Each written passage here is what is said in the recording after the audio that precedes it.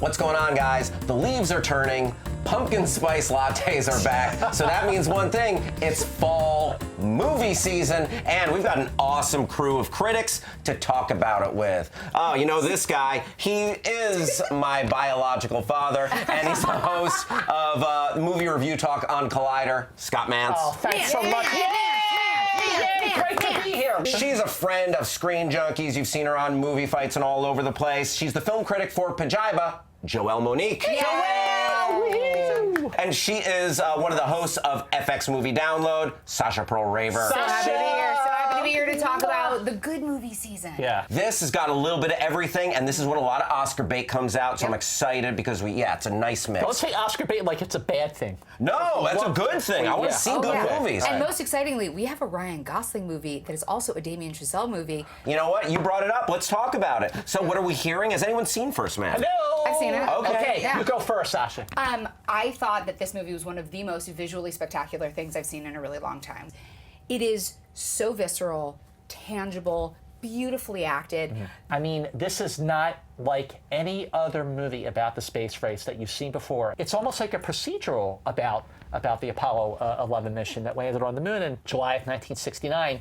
But what makes this movie so unique is you don't just see the space race. Yeah. You feel it. Good. You know what? You got me. I'm looking forward to it even more now. It's fantastic. Okay, one movie. I am so excited. The trailer has taken me away to a magical place. Mary Poppins. Joelle, I'd love to hear just your initial thoughts. Have you? What have you seen of Mary Poppins so far? I've only seen the trailers. Yeah. I'm like just like you guys, a citizen of just film loving culture. Yes. And like Lin-Manuel Miranda has cast such a spell on like all of us. That mix of animation and the visuals was so. It just kind of exploded over everybody. They were like, "This is so new," and the fact that they were able to match that, just in the little things we've seen so far, and to bring that magic and that life. I've been very critical of a lot of the Disney live-action movies lately, especially the stuff they're doing from their classic animation line. This got me excited. This brought me back in, so I'm excited to see what they do with this. Yeah, I'm excited about Mary Poppins Returns because, first of all, Emily Blunt, she could do no wrong, and she could be in a very enviable position. A good problem to have here, she could be competing against herself at the Oscars with Mary Poppins Returns and one of my favorite movies, if not my favorite movie of the year so far, which is A Quiet Place. There's so much to recommend it. There's so much to get excited for. See it with someone you care about. See it with someone you care about. Okay.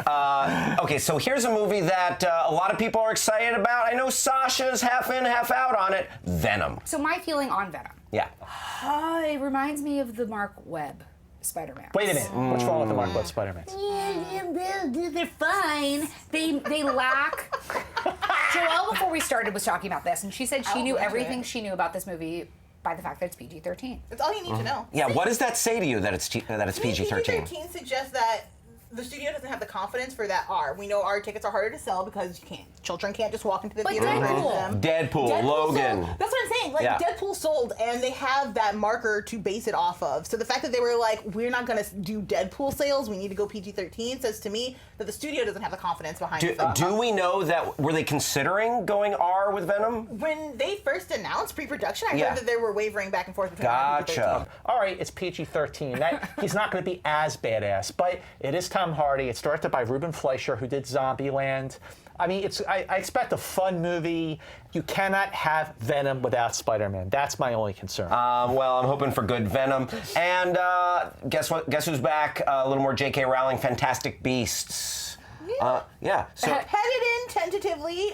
The first Fantastic Beast did not do it for me. Me neither. That reveal twist at the end was so disheartening when we had like the perfect villain, and then they're like, "Surprise! It's Johnny Depp." You're like, "Oh." Okay, I guess here we are then. But my guess is they've learned a lot from their mistakes. Warner Brothers is not going to be fooling around with their top property. So I'm excited for it. I love all the source material from it as far as just Newt Scamander's journey. Cool. So I'm excited to see what they do. All 8 Harry Potter movies are great. The third one, the Prisoner of Azkaban, was the best one. But Fantastic Fours and Where to Sleep, the first movie in this franchise. It was so boring. Wow. It was so boring. Also acceptable, Fantastic Naps and Where to Dream. I'm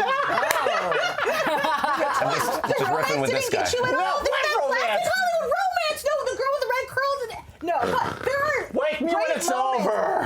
All right, so you are not looking forward to it. It's not, not my cup of tea. I can't with you. Sasha, help me out I here. just love listening to you guys argue. This is fantastic. I mean, if your big selling point is Johnny Depp, that's not going to get my butt in a seat. Yeah. Personally. It used to. The thing that I'm really excited from Warner Brothers is A Star is Born. Ooh. That's the thing that I cannot wait for. Yeah, and just that trailer, oh man, that movie is generating so much excitement.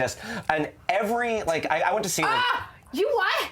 When? You saw it. What? I saw it. And? This reimagined version, this retelling of this classic story, hits all of the beats. If you've never seen the other versions, you're really, really, really going to love this movie. You're not going to know where it's going. If you've seen any one of the other versions, you will know where the movie is going. And that's the problem, is that it doesn't take any chances to sort of break out and do something completely different. Having said that, Bradley Cooper, who stars in this movie Will and he win directs the it, Oscar for Best Director? will he win? Will he win? No.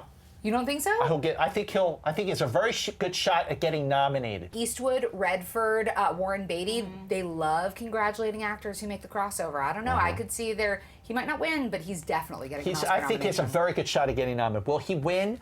TBD. TBD. We shall see. So, Joelle, you and I were talking a little bit. You were up in TIFF, Yes. Toronto International Film Festival, and you saw Widows. Oh my God! And, dying. that trailer got me a little bit excited. I'm so jealous. From Talk to the me. first 15 seconds Yeah. on, the first 15 seconds are like a gunshot. You're like, Whoa. what is happening? All that energy is infused here, and then you combine that with Steve McQueen's visual eye. No spoilers here, but there is a great plot twist in this movie. Scott, that I threw me- never explained I the did movie not see theaters. that coming. I never Holy explained the movie shit, theaters. that was great. I'm a black lady, and as a critic, I can't have black moments in theaters. I tried really hard to let me just. When I tell you, when that twist popped out, I said, "Wow!" Whoa! So loud. And the person sitting next to me bust out laughing, but it's that kind of big where you're like, "No!" Another big movie that I'm looking forward to, Creed 2. Oh my God, Yes. are you Oh, kidding me? son of Drago.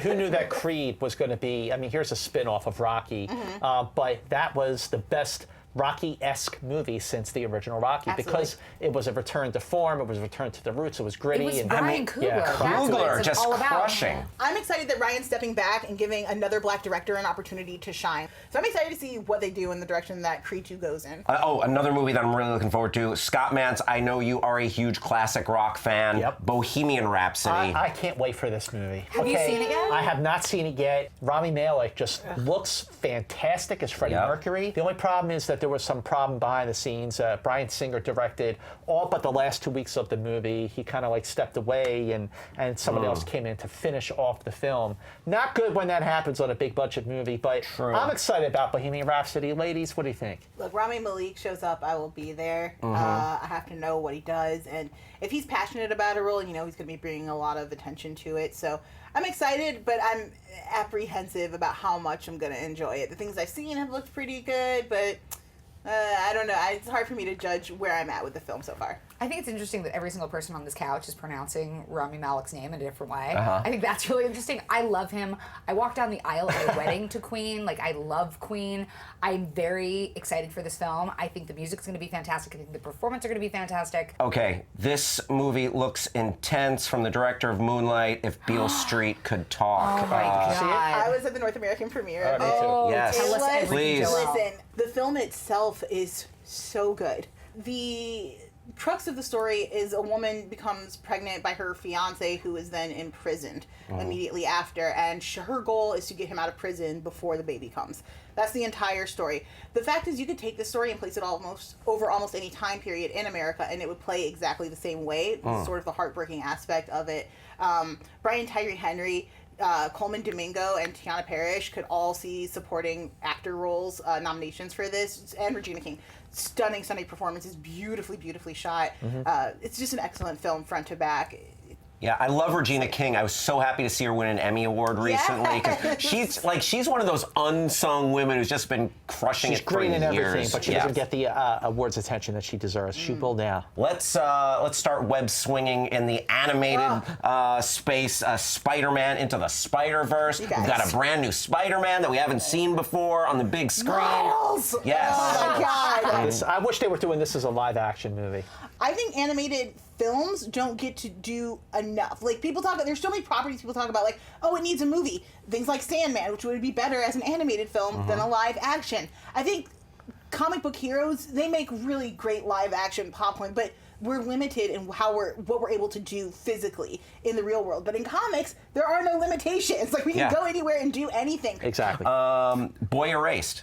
Boy Erased looks so unbelievable, but I don't know that I can sit through the film. Joel Edgerton, who did such a brilliant job directing The Gift, now has written and directed this film, and it's about a family played by Nicole Kidman and Russell Crowe trying to get their son Lucas Hedges conversion therapy. Yeah, gay conversion therapy. When I watched the trailer, I am so disturbed by it. I'm so upset. I'm so moved. I don't know that I can sit through. I can barely get through 2.5 minutes, so I don't know that I can get through 2 hours. Yeah, a heartbreaking subject matter. Yeah. Lucas Hedges, who was an Oscar nominee for Manchester by the Sea, is going to be an Oscar nominee again for Boy Erased. And you know who else is going to get nominated? Nicole Kidman and Russell Crowe. It's the best thing he has done in years. Wow. Talk to us about Beautiful Boy. It's about addiction. Addiction stories, anybody who's watched Sharp Objects, where you're watching this character that's just being eaten alive by their addiction, and the people who love them played so brilliantly, not just by Steve Carell, also Amy Ryan. Amy Ryan, who was always undervalued, always underappreciated. She is off the charts. The movie is so absorbing. The characters are tangible and feel like somebody who you know, somebody who you care about. Going through that film, especially with Steve Carell, who we have come to know and we've watched on screen for so long, breaks your heart moment by moment. You want him to adopt you by the end of the film. Wow. You feel like when you walk out of the theater, you're leaving. It feels like when you walk out from like a long visit at Christmas and then you're going home to your own house. All right. Talk to me about Rafiki. Yes. Okay, so I saw Rafiki. It's North American premiere. It is so beautiful. But I'm just starting to get into films coming out of all over Africa. Mostly we know films out of Nollywood. This one is out of Ethiopia. Female director, over 40. It's a LGBTQ film. It was banned in its home country until like 4 days ago. The director went back home and challenged their constitution and said, I have a right to screen this movie. It's gorgeous work. If you're into films that have a lot of heart and that aren't going to beat you over the head with a message, this is a film for you. Rafiki is gorgeous. It means friends. Very cool. Suspiria. Oh, Suspiria, I want to see so badly. I want to see so badly. It's got all of these like flesh and bone Black Swan vibes, and I'm into all of that. See, I've been hearing great things about it. People walking at me like, I don't know what to think, but it was such an experience, and those movies are right up my alley, so I can't wait. Scott? Okay, two movies that I have to touch on. One of them was Roma, and this is written and directed by Alfonso Cuarón. Yeah. This is a black and white movie with no score about a diligent servant tending to a family that's coming apart at the seams in Mexico City. Best lead actress.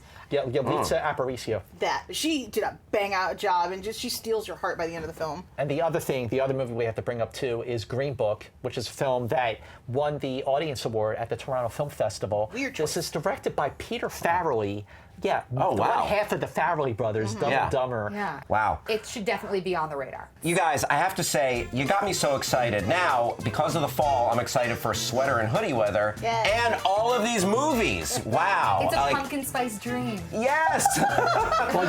What movie are you most excited about? Let us know in the comments section below. Was there anything that we didn't mention? Tell us why you're excited about it.